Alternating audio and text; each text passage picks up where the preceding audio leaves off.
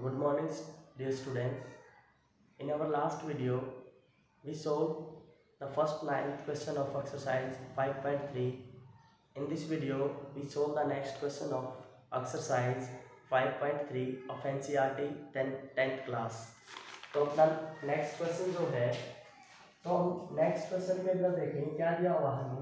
So that A1 यानी first term, A2 second term up to nth term form an AP where an is defined as below। आपको ये show करना है कि जो first term है, सेकंड टर्म है और an यानी लास्ट टर्म, ये सब मिलकर के AP बनाते हैं। और वहां पर जो an है यानी जो nth टर्म है वो आपको नीचे दी हुई है। तो इससे 10th क्वेश्चन के दो पार्ट है, हम एक पार्ट को यहाँ पर सोल्व करते हैं। तो हमारा जो फर्स्ट पार्ट है, हमें गिवन है फर्स्ट पार्ट के अंदर, गिवन दैट हमें क्या दिया हुआ है, an is equal to 3 + 4n। यानी देखो आपकी जो nth टर्म है वो क्या है, 3 + 4n है। और यहाँ पर जो ये n है, ये n एक नेचुरल नंबर है। और आपको पता है जो नेचुरल नंबर की वैल्यू होती है, यानी here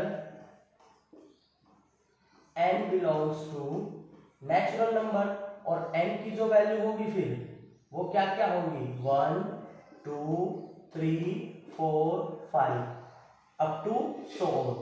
जैसे यहाँ पर n की वैल्यू 1 रखते हैं, यानी n की जगह पर हम 1 रखते हैं, तो हमें क्या मिलता है, A1, इसको सोल्व करेंगे 3 + 4 × 1, तो A1 क्या आ जाएगा, ऐड करेंगे 7।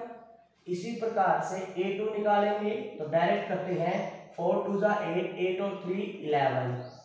A3 निकालते हैं तो वो आपका 15 आ जाएगा। A4 निकालते हैं तो वो आपका 19 आ जाएगा। ऐसे करते करते आप क्या निकालोगे, A15 तक निकालोगे। क्यों निकालोगे, क्योंकि इसी क्वेश्चन में आगे हमें दिया हुआ है, also find the sum of first 15 terms. पहले तो हमें AP फाइंड आउट करनी है, भी AP क्या है, और उसके बाद उस AP की जो पहली 15 पद है उनका सम भी फाइंड आउट करना है। तो हम 15th टर्म को फाइंड आउट करते हैं, तो n की जगह पे 15 रखो, यहाँ पर 15 रखेंगे तो क्या आ जाएगा, 60। 15 4 = 60, 60 में 3 को ऐड करें क्या आ जाएगा, 63। तो आप लिख सकते हो, hence the required AP। तो रिक्वायर्ड AP क्या हो जाएगी, 7 11 15 19 और अप टू 63। यानी जो लास्ट टर्म है वो क्या आपकी 63, और फर्स्ट टर्म क्या, ये आपकी फर्स्ट टर्म है और ये आपकी क्या है, लास्ट टर्म। और लास्ट टोटल टर्म कितनी है, आपने A15 और A15 क्या होगी, लास्ट टर्म। आपने सम निकालना है तो SN निकालना है कितने, 15 टर्म्स का। तो क्या फॉर्मूला होता है, n / 2 × A + n। अब आप यहां से समझ गए होंगे कि हमने जो लास्ट टर्म है यानी जो 15th टर्म है वही तो हमारी लास्ट टर्म है। क्यों, क्योंकि हमें जो सम है वो 15 टर्म्स का निकालना है, तो इसका मतलब जो 15 है वही सबसे लास्ट में है। तो इसीलिए हमने यहाँ पर A15 को निकाला, ताकि जो हमारा फर्स्ट टर्म और उसके अंदर हम लास्ट टर्म को जो ऐड करते हैं वो वाला फॉर्मूला अप्लाई कर सके। तो यहाँ पर वैल्यू पुट करेंगे, 15 / 2 इंटू A की वैल्यू है आपकी 7 + 63, सोल्व कर देंगे, 15 / 2 ब्रैकेट ओपन 70, 2 से इसको कैंसिल करोगे 35। और अब हम क्या करते हैं, 15 और 35 की मल्टीप्लाई करते हैं, और जब हम 15 और 35 की मल्टीप्लाई करेंगे, इजी है, तो इसकी मल्टीप्लाई आती 525। हमें क्या करना था, हमें सम निकालना था, तो हमारा S15 आ गया कितना, 525। सेम इसी प्रकार से जो आपका सेकंड पार्ट है, आप सेकंड पार्ट के अंदर भी क्या करोगे, यहाँ पर भी जो n है आपका वो नेचुरल नंबर है, आप n की डिफरेंट वैल्यू पुट करेंगे, 1 2 3 4 5 6। जैसे जैसे आप n की डिफरेंट वैल्यू पुट करोगे, आपके पास यहाँ पर डिफरेंट वैल्यू आएगी, और आपकी क्या तैयार हो जाएगी, एक AP बन जाएगी, और उस AP को फिर आप क्या कर लोगे, सोल्व कर लोगे। हमारा नेक्स्ट क्वेश्चन है क्वेश्चन नंबर 11th। जो अभी हमने क्वेश्चन सोल्व किया क्वेश्चन नंबर 10, इसी प्रकार का जो क्वेश्चन नंबर 11 आपका है, आप एक बार उसको ट्राई कीजिए। अगर नहीं होता है आपसे तो हम फिर उस क्वेश्चन का सॉल्यूशन करेंगे। तो हम अपने अगले क्वेश्चन की तरफ बढ़ते हैं। क्वेश्चन नंबर 12, इसमें दिया हुआ find the sum of first 40 positive integer divisible by 6। क्या करना आपने, 6 से भाग होने वाली प्रथम 40 धनात्मक पूर्णांकों का जोड़ ज्ञात करना है। यानी आपने 6 से डिवाइड होने वाली प्रथम 40 संख्याओं का जोड़ ज्ञात करना है। तो हम क्या करते हैं, हम लिखते हैं गिवन। क्या दिया हुआ आपको गिवन में दिया हुआ फर्स्ट 40 पॉजिटिव इंटीजर। आपको ये तो पता चल गया आपको 40 पदों का जोड़ ज्ञात करना, हमें 40 टर्म्स का जोड़ ज्ञात करना। इसका मतलब n की वैल्यू कितनी, यहाँ पर 40। अब हम क्या करते हैं, सबसे पहले हम ये ज्ञात करते हैं कि 6 से डिवाइड होने वाली जो फर्स्ट टर्म है वो कौन सी है। यानी first number which is divisible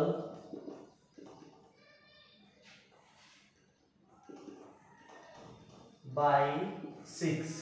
यानी 6 से डिवाइड होने वाला जो फर्स्ट नंबर है वो क्या है। और आप सब जानते हैं कि 6 से भाग होने वाली पहली संख्या क्या है, 6। और ऐसे ऐसे अगर आप जाओगे तो आपकी 80 बन जाएगी। सेकंड नंबर क्या हो जाएगा आपका 12। इसी प्रकार से अगर आप 40 नंबर पे जाओगे, 40th number which is divisible by 6, तो वो क्या हो जाएगा आपका 240। आपकी 80 तैयार हो जाएगी। हेंस द 80 क्या होगी आपकी first term 6, 12, 18 up to so on 240। ये आपकी है लास्ट टर्म, ये आपकी है फर्स्ट टर्म। आपको क्या करना है, सम निकालना है। तो सम ऑफ 40 टर्म्स, तो क्या फॉर्मूला होगा, n divide by 2 into a plus l, यानी फर्स्ट टर्म और लास्ट टर्म।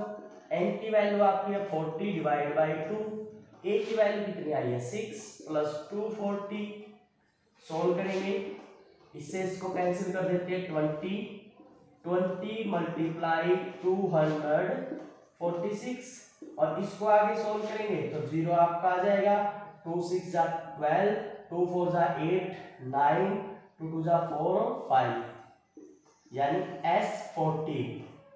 जो 6 से डिवाइड होने वाले प्रथम जो 40 टर्म्स है उनको अगर आप ऐड करते हो तो उनका सम कितना आता है आपका 5920। नेक्स्ट क्वेश्चन है हमारा क्वेश्चन नंबर 13। जो क्वेश्चन नंबर 13 आपका वो सेम क्वेश्चन नंबर 12 की तरह ही है। आप उसको स्वयं ट्राई कीजिए, सोल्व हो जाएगा। तो क्वेश्चन नंबर 14 है। जो क्वेश्चन नंबर 12, 13 और 14 ये तीनों ही क्वेश्चन एक जैसे हैं। हमने 12 को सोल्व किया है, 13 को आपके लिए छोड़ा है, 14 को हम कर लेते हैं। 14 क्वेश्चन में क्या दिया हुआ आपको, find the sum of the odd numbers. देखो इसके अंदर सबसे जरूरी जो बात आई है वो क्या है, ओड नंबर। आपको सम फाइंड आउट करना है, और सम जो फाइंड आउट करना वो किसका फाइंड आउट करना है, आपको ओड नंबर का फाइंड आउट करना है। ठीक है, यानी सम ऑफ ओड नंबर्स। अगर नॉर्मली आप किसी भी कॉम्पिटिटिव एग्जाम में बैठते हैं और उसके अंदर आपके जो नेचुरल नंबर होते हैं, उन नेचुरल नंबर के अंदर, नेचुरल नंबर की सीरीज के अंदर अगर आपको ओड नंबर का सम फाइंड आउट करना है तो उसका डायरेक्ट फॉर्मूला होता है n स्क्वायर। यानी इस n स्क्वायर वाले फॉर्मूले से आप फर्स्ट जो ओड नंबर है, चाहे फर्स्ट 100 ओड नंबर ले लो, चाहे फर्स्ट 200 ओड नंबर ले लो, चाहे फर्स्ट 1000 ओड नंबर ले लो, आप उनका क्या कर सकते हो, सम फाइंड आउट कर सकते हो। एक छोटा सा एग्जांपल मैं करके दिखाता हूँ आपको। एग्जांपल है, मान लो आपको के पास 1 to 100 है, आपके पास 1 to 100 तक नंबर दिए हुए हैं और आपने इनके अंदर जो ओड नंबर है उनका सम फाइंड आउट करना है। सम हमें फाइंड आउट करना है। तो हम सबसे पहले क्या करते हैं, यहाँ पर जो n स्क्वायर है, n क्या है, n आपका यहाँ पर total number of odd numbers, यानी यहाँ पर जैसे 1 to 100 आपके नंबर दिए हुए हैं तो 1 से लेकर 100 तक टोटल कितने ओड नंबर होते हैं। तो हम सभी जानते हैं जब भी हम काउंटिंग स्टार्ट करते हैं तो 1 इज आवर ओड नंबर और उसके बाद जो आता है वो आपका 2 होता है और 2 क्या होता है आपका इवन नंबर। यानी हमारी काउंटिंग के अंदर फर्स्ट ओड नंबर होता है, उसके जस्ट बाद में जस्ट बिफोर में क्या आता है आपका इवन नंबर। सेम यही रिपीटेशन आपकी आगे तक चलती है, ओड इवन। तो 1 से 100 तक टोटल ओड नंबर होंगे वो कितने हो जाएंगे आपके 50 टोटल ओड नंबर्स। तो इसका मतलब n की वैल्यू भी क्या आ गई आपकी 50। तो हम क्या करते हैं n स्क्वायर यानी 50 का स्क्वायर, तो 50 का स्क्वायर करेंगे तो कितना आ जाएगा आपका 2500। आप डायरेक्ट इस फॉर्मूले से क्या कर सकते हो, odd first odd natural odd numbers का सम फाइंड आउट कर सकते हो। बट ये आपका जो क्वेश्चन है वो एपी में दिया हुआ है, तो यहाँ पर हम इसको कैसे सोल्व करते हैं वो सीख लेते हैं। तो क्या पूछा इसने, ओड नंबर पूछा बिटवीन 0 to 100। हम क्या करते हैं, दी ओड नंबर्स बिटवीन 0 to 50। हम सबसे पहले क्या करते हैं 0 से 15 के बीच में जितने भी ओड नंबर आते हैं उनको निकालते हैं। तो आपको पता है 1 इज आवर ओड नंबर, सबसे पहला जो ओड नंबर है वो क्या है 1 है, उसके बाद आपका 3 5 7 और ऐसे ऐसे करते जाएंगे, सबसे लास्ट क्या होगा 49। आप देखेंगे तो आपके पास एक एपी बन गई, 1 में 2 ऐड करोगे 3 में 2 ऐड करोगे 5 में 2 ऐड करोगे 7, ऐसे ऐड करते जाओगे तो नेक्स्ट टर्म आएगी। कहने का मतलब इन सब का जो कॉमन डिफरेंस है वो क्या है, सेम है, इसलिए आपकी ये क्या है एक एपी है।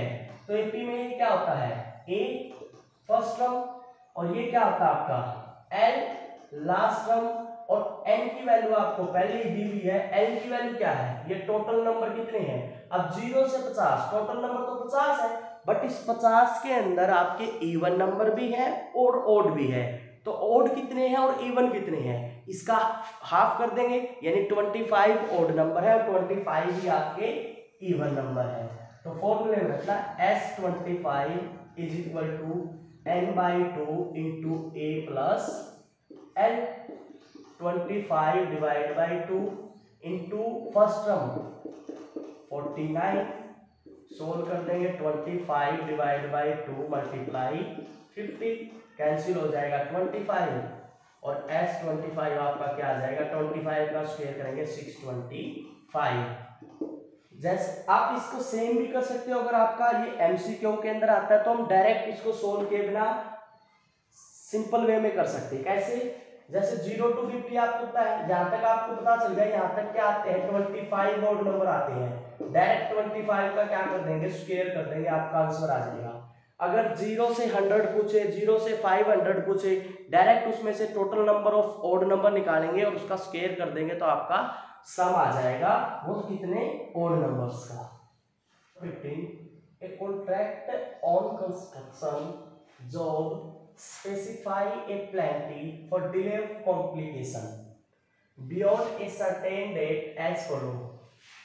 एक कॉन्ट्रैक्ट है, जब भी हम ठेके पर किसी भी काम को करवाते हैं तो उस काम के लिए लिमिट होती है, ये जो काम है आपका वो 1 महीने में पूरा होगा या 2 महीने में। हमारा जो क्वेश्चन है उसी से रिलेटेड है, एक कंस्ट्रक्शन का काम है जिसपे कंस्ट्रक्शन के काम को पूरा करने के लिए समय सीमा यानी टाइम की बाउंडेशन दी गई है। अगर उस समय पर कार्य पूरा होता है तो सही है, अगर उस समय पर काम हमारा पूरा नहीं होता है तो कॉन्ट्रैक्टर को वहाँ पर प्लेंटी देनी पड़ती है, और वो जो प्लेंटी है वो अलग अलग डे के लिए अलग अलग चार्ज की जाती है। तो यहाँ पर दिया हुआ है 200 फॉर द फर्स्ट डे। अगर आप दिए गए समय से एक दिन लेट कार्य पूरा करते हो तो उसके लिए आपको देने पड़ेंगे 200 रुपये। यानी मान लो अगर आपका फर्स्ट डे है, आपको फर्स्ट डे डिले हुआ है तो उसके लिए आपको 200 रुपीज पे करने पड़ेंगे। 250 फॉर द सेकंड डे। अगर आप सेकंड डे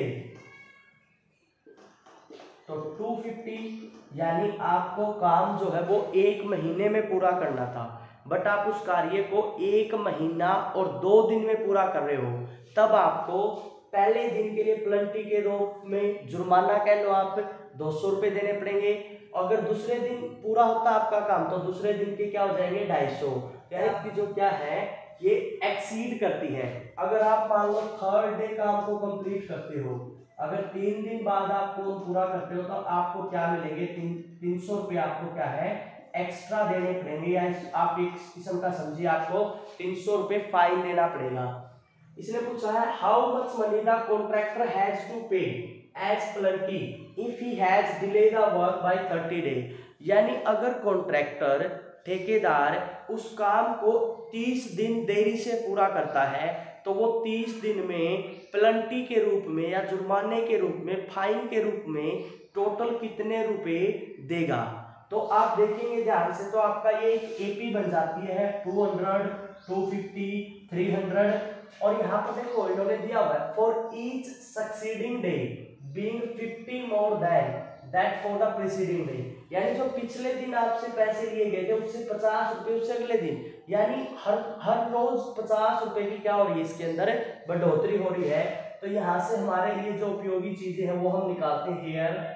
ए यानी फर्स्ट टर्म क्या आपकी 200 रुपीज है। उसके बाद डिफरेंस है, डिफरेंस देखेंगे तो सब में 50-50 का है तो 50। और आपको पता है एन की वैल्यू क्या है 30, क्योंकि उसने को जो काम है वो कितने दिन देरी से पूरा किया है 30 दिन। तो हम क्या करते हैं, अब ऐसे तो है नहीं भाई हम पहले दिन इतने दिए, दूसरे दिन इतने दिए, तीसरे दिन इतने दिए, चौथे दिन इतने दिए। अब वो हर रोज है तो 30 दिन में तो उसने बहुत ज्यादा पैसे दे दिए होंगे, क्योंकि पहले दिन 200 दिए, दूसरे दिन 250, तो 2 दिन के कितने रुपए हो गए उसके पास 450 रुपये जुर्माना हो गया। तीसरे दिन में फिर उसको 300 देने पड़े तो 450 पहले दी तो 700 रुपये हो गए। ऐसे हम क्या कर देंगे 30 टर्म का इनका सबका जोड़ निकाल देंगे तो टोटल क्या आ जाएगा उसका भी, उसने 30 दिन में जितनी प्लंटी दी है वो आ जाएगी। तो हम निकालते हैं S30 तो क्या होगा n डिवाइड बाई 2। अब देखो यहाँ पर आपके पास a और d की वैल्यू है, आप चाहो तो यहाँ से an यानी 30 टर्म फाइंड आउट करते हो। a30 को हम क्या लिख सकते हैं a + 29 डी वो भी, बट उसकी बजाय अगर आप डायरेक्ट 2a वाला फॉर्मूला लगाते हो 2a + n-1 × d, इससे भी आपका क्वेश्चन सोल्व हो जाएगा। तो 30 डिवाइड बाई 2 × 2a, a की वैल्यू आपके पास कितनी है 200 प्लस n की वैल्यू है 30 - 1 और 50 आपका है कॉमन डिफरेंस। इससे इसको कैंसिल करेंगे कितना आएगा 15, यहाँ पे मैं मेंशन कर देता हूँ। और इसकी मल्टीप्लाई करेंगे 400, यहाँ पर क्या बच गया 29, और 29 की 50 से मल्टीप्लाई करोगे तो 29 की 50 से मल्टीप्लाई 29 × 50 करेंगे, जीरो आपकी सेम आ जाएगी। 5 × 9 = 45, 4 5 × 2 = 10 और 4 450। तो 15 मल्टीप्लाई ऐड कर देंगे 1450, 400 ऐड करेंगे तो क्या आ जाएगा आपका 1850, यानी 1815। और इस तरफ क्या आपका सम ऑफ S30। अब इनकी हम मल्टीप्लाई करेंगे तो जीरो आपका सेम आ जाएगा, तो इनकी मल्टीप्लाई आती है आपकी 27,750। जब आप 15 की 1850 से मल्टीप्लाई करोगे तो ये मल्टीप्लाई आएगी 27,750, ये आ जाता है। अब देखो हमने क्या निकाला, ये सम निकाला है, और अब अगर आप देख के चलोगे तो आपका कहीं पर भी सम का तो जिक्र वैसे तो है नहीं, ये तो हमने अपने क्वेश्चन की सुविधा के लिए निकाला, अपनी आसानी के लिए किया है। हमें बताना है कि उसको कितने रुपए पे करने पड़े, तो हम लास्ट में एक लाइन लिखेंगे hence after 30 days of delay work the contractor had to pay 27,750 rupees. Next sum है हमारा ए सम ऑफ 700। सम का मतलब बीजोड़, यानी एक sum of 700 is to be used to give 7 cash price. यानी एक 700 रुपीज है और उन 700 रुपीज का जो यूज है वो 7 कैश प्राइस देने के लिए क्या है। यानी सम का मतलब तो आप एस, हम तो हमारे कोई एक्सरसाइज से रिलेट करेंगे इसको। और वो सम कितने का है, सम है आपका वो 700, यानी एस का मतलब सम, और सम कितना आपके पास 700 रुपीज। अब ये जो 700 रुपीज है, 700 रुपीज से आपको क्या करना है, 7 कैश प्राइस देने हैं।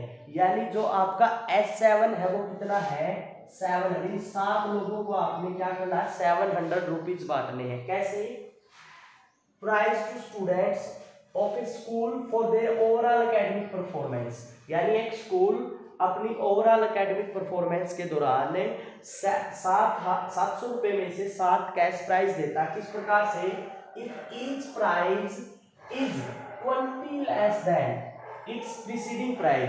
यानी जो हर एक प्राइज है वो अपने पहले वाले प्राइज से 20 रुपए कम होगा। मान लो पहले वाले बच्चे को वो 100 रुपए प्राइज देते हैं तो दूसरे बच्चे को वो 80 रुपए देंगे, तीसरे बच्चे को 60 रुपए देंगे, उससे चौथे बच्चे को वो 40 रुपए देंगे, यानी 20 रुपए कम देते हैं। ठीक है, तो यानी आपका जो डिफरेंस है वो कितना है -20 हो जाएगा। -20 क्यों, क्योंकि पहले बच्चे को 100 रुपए मिले हैं। अगर पहले जो फर्स्ट बच्चा है, फर्स्ट जो है, अगर मान लो फर्स्ट प्राइज उन्होंने 100 रुपए का दिया है तो सेकंड प्राइज क्या होगा, सेकंड प्राइज इससे 20 रुपए कम देना, यानी वो 80 रुपए होगा। तो सिंपल सी बात है, 100 में से आप कितना घटाओगे, 100 में से अगर आप 20 को माइनस करोगे तभी तो आपका सी आएगा। इसका मतलब जो कॉमन डिफरेंस है हमारा वो कितना आएगा -20। ये तो आपका हो गया अक्सर, बट इसको हम सिंपल वे में भी सोल्व कर सकते हैं। कैसे कर सकते हो सिंपल वे में सोल्व, हम मान लेते हैं let the first price is x rupees. यानी जो पहला प्राइस है वो क्या है आपका x रुपीज है। अब जो प्राइस है पहला x रुपीज है तो इससे कम मिले हुए हैं। टोटल प्राइस कितने आपके 7, तो हम टोटल प्राइस लिखते हैं S7। Second price x-20, third price x-40, fourth x-60, fifth x-80, sixth x-100 और सेवंथ x-120। सारे आपके ये रुपीज हैं। यानी आपको 7 कैश प्राइस देते थे, आपने मान लिया अभी पहला प्राइस x रुपए है तो अगले जो प्राइस मिलेंगे वो इससे कम मिलेंगे। कितने कितने 20 कम। अब इससे 20 कम ये है, इससे 20 कम ये है। अब इन सबको जोड़ेंगे तो इनका सम कितना आता है 700 आता है। तो इनको सब जोड़ कीजिए सबका, x plus x-20 plus x-40 plus x-60 plus x-80 plus x-100 plus x-120 is equal to 700। क्योंकि ये सारे के सारे क्या है, ये कैश प्राइस है ये, और ये कैश प्राइस सारे के सारे 700 रुपीज से दिए गए हैं। सोल्व करेंगे तो 1 2 3 4 5 6 7x माइनस इन सब का जोड़ करेंगे 420 आ जाएगा इज इक्वल टू 700। तो 7x is equal to 700 plus 420, तो 7x इज इक्वल और x इज इक्वल टू 1120। 7 से सब्ट्रैक्ट करें, 7 1 जा 7, 4 बच जाएगा, 7 6 जा 42, 160। यानी फर्स्ट जो x की वैल्यू क्या आ गई आपकी 160। आपको x की वैल्यू थोड़ी निकालनी थी, आपको तो प्राइस बताना था। तो फर्स्ट प्राइस यानी x फर्स्ट प्राइस, तो फर्स्ट प्राइस कितना हो गया 160। दूसरा क्या होगा इससे 20 कम, 160 में से 140 120, 100, 80, 60, 40 ऐसे प्राइस दिए गए हैं। दूसरा आप क्या कर सकते हो, दूसरा आपके पास देखो फर्स्ट टर्म मान लेते हैं हम a, या फर्स्ट प्राइस को हम x मान लेते हैं। आपको पता है दूसरे वे में इसको हम कैसे सोल्व कर सकते हैं इस क्वेश्चन को। सेकंड वे जो हमारा है, यहाँ पर आपके पास S7 कितना आ गया 700, यानी n की वैल्यू 7 है, d की वैल्यू -20 है, और a की वैल्यू को हम a फर्स्ट टर्म की वैल्यू जो है वो हम a मान लेते हैं, फर्स्ट टर्म को हम a मान लेते हैं। बाकी सबको पुट कर दें। S7 = n/2 into 2a + n-1 into d। तो ये 700 7/2 2a, a की वैल्यू क्योंकि a ही हमने मानी है, 7 - 1 माइनस का 120 कॉमन डिफरेंस। तो इससे इसको कैंसिल कर देंगे 100, ये 2 मल्टीप्लाई में चला जाएगा, 200 = 2a + 6 की से मल्टीप्लाई करेंगे 120, तो 200 = 2a - 120, 200 + 120 = 2a। यहाँ से सोल्व करेंगे तो क्या आ जाएगा 320 = 2a, इससे इसको कैंसिल करेंगे 160, यानी a, यानी जो a की वैल्यू है फर्स्ट टर्म की जो वैल्यू है, जो आपका फर्स्ट प्राइस है वो कितना आ जाएगा, फर्स्ट प्राइस आपका आ जाएगा 160 रुपये।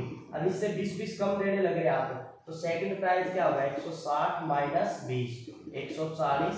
ऐसे ही आप क्या है सारे निकाल सकते हो। तो सेकंड वे इसका ये क्वेश्चन है हमारा, spiral is made up of successive semi circle. Spiral यानी सिंपल आप समझे, एक स्प्रिंग आपके पास है, जो आपने नॉर्मली पेन के अंदर डला हुआ एक स्प्रिंग देखा होगा, वो स्प्रिंग की बात हम यहाँ पर कर रहे हैं। जो वो स्प्रिंग है वो किससे मिलकर के बना है, semi circle, centre alternately A and B, यानी उनके जो जैसा डायग्राम में देख रखे आप, ए और बी क्या है उसके सेंटर है, starting with centre at A of radii, यानी जब वो सेंटर से स्टार्ट करता है तो उसकी रेडियाई दी हुई 0.5 centimetre, 1 centimetre, 1.5 centimetre and so on. What is the total length of such a spiral made up of 13 consecutive semicircle? यानी ये जो स्पाइरल है वो 13 सेमी सर्कल से मिलकर के बना है, यानी 13 अर्धवृत्त से मिलकर के ये जो स्पाइरल है वो बना है। हमें इस स्पाइरल की टोटल लेंथ निकालनी है। अगर हम इसकी टोटल लेंथ निकालने की बात करें तो नॉर्मल वे में हम क्या करते हैं, मान लो हमें ऐसी कोई फिगर है उसकी टोटल लेंथ निकालनी है, तो कैसे निकालेंगे, जैसे ये एक सर्कुलर शेप के अंदर है तो हम नॉर्मली क्या लेते हैं, जो जनरल लाइफ में आप डेली में यूज करते हो, आप एक थ्रेड लीजिए, एक धागा लीजिए, क्या करेंगे आप उस धागे को यहाँ पर रखेंगे और इसके चारों तरफ ऐसे हम ऐसे करते हुए लेकर के जाएंगे और इसको यहाँ तक पूरा क्या कर लेंगे, माप लेंगे, यहाँ तक पूरे को मेजर कर लेंगे। अब हम क्या कर सकते हैं, उस धागे को ऐसे स्ट्रेच करेंगे और उसको स्ट्रेच करने के बाद मान लो वो धागा ऐसे हो जाएगा। अब उसको स्केल की मदद से या किसी अन्य इंस्ट्रूमेंट की मदद से हम उसको माप सकते हैं। अब आपने देखा होगा जब हम इसके चारों तरफ ऐसे घूम रहे हैं, तो जब हम किसी भी शेप के चारों तरफ घूमते हैं तो उसके हम किसकी बात करते हैं, अगर वो सॉलिड शेप है तो हम उसके पेरीमीटर को डिटरमाइन करते हैं। यहाँ पर सर्कुलर चीज है, सर्कल है, तो हम उसका क्या ज्ञात करते हैं, सरकमफ्रेंस। तो हम क्या करते हैं, जो पहला ये जो स्पाइरल है, हम इस पहले स्पाइरल का सरकमफ्रेंस ज्ञात करते हैं। ऐसे कर करके हम हर एक का सरकमफ्रेंस निकालेंगे और आपको पता है इसके अंदर 13 लगे हुए हैं, तो 13 तक, यानी आपको उसको टोटल लेंथ निकालना है। टोटल लेंथ का मतलब कुल, यानी हमें इसका सम फाइंड आउट करना है, S13, यानी हमें S13 को फाइंड आउट करना है। तो उसके लिए हम सबसे पहले क्या लिखते हैं, सरकमफ्रेंस ऑफ ए सर्कल। और सरकमफ्रेंस ऑफ ए सर्कल क्या होता है, 2πr। हम सब जानते हैं सरकमफ्रेंस ऑफ ए सर्कल क्या होता है, 2πr, बट यहाँ पर हमें क्या दिया हुआ है, सेमी सर्कल। तो circumference of a semi circle, semi circle का मतलब क्या होगा भी, अर्धवृत्त। अब देखो पूरे का ये होता है तो आधे का क्या होगा, इसको 2 से भाग कर दे, 2 पाई आर डिवाइड बाई 2, कैंसिल करेंगे क्या आ जाएगा, पाई आर आ जाएगा।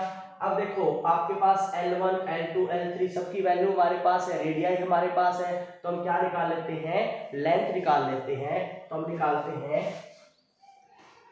Length of first spiral. तो लेंथ ऑफ फर्स्ट स्पाइरल क्या होगी आपकी, पाई आर, और यहाँ पर आर की वैल्यू हम क्या लेंगे, 0.5 सेंटीमीटर, क्योंकि पहला रेडियस सर्कल है। तो 0.5 मल्टीप्लाई पाई, पाई की वैल्यू को हम पुट नहीं करते, एक बार यही रखते हैं, 0.5 आ जाएगा। अब हम लेंथ ऑफ सेकंड स्पाइरल, हम सेकंड स्पाइरल की निकालते हैं, सेम फॉर्मूला पाई आर, यहाँ पर R1 मान लो, ये R2 हो जाएगी।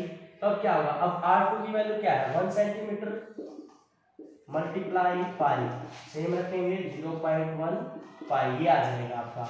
अब सेंटीमीटर में है तो सरकमफ्रेंस भी आपका सेंटीमीटर में आएगा। ऐसे करके आप क्या कर सकते हो, सबका क्या कर सकते हो, first second third fourth radii को यूज करके हम उनका सरकमफ्रेंस निकाल सकते हैं। अब अगर आप ध्यान से देखोगे तो आपका एक एपी बन गया है 0.5, ये कांस्टेंट टर्म, इसको बुझाओ 0.5 1, आगे क्या आएगा, अगर थर्ड स्पाइरल की बात करेंगे, थर्ड स्पाइरल, तो पाई R3, तो यहाँ पर एक है, देखो 0.5 1, तो क्या आ जाएगा 1.5, रेडियस आपकी यही है, तो 1.5 पाई सेंटीमीटर।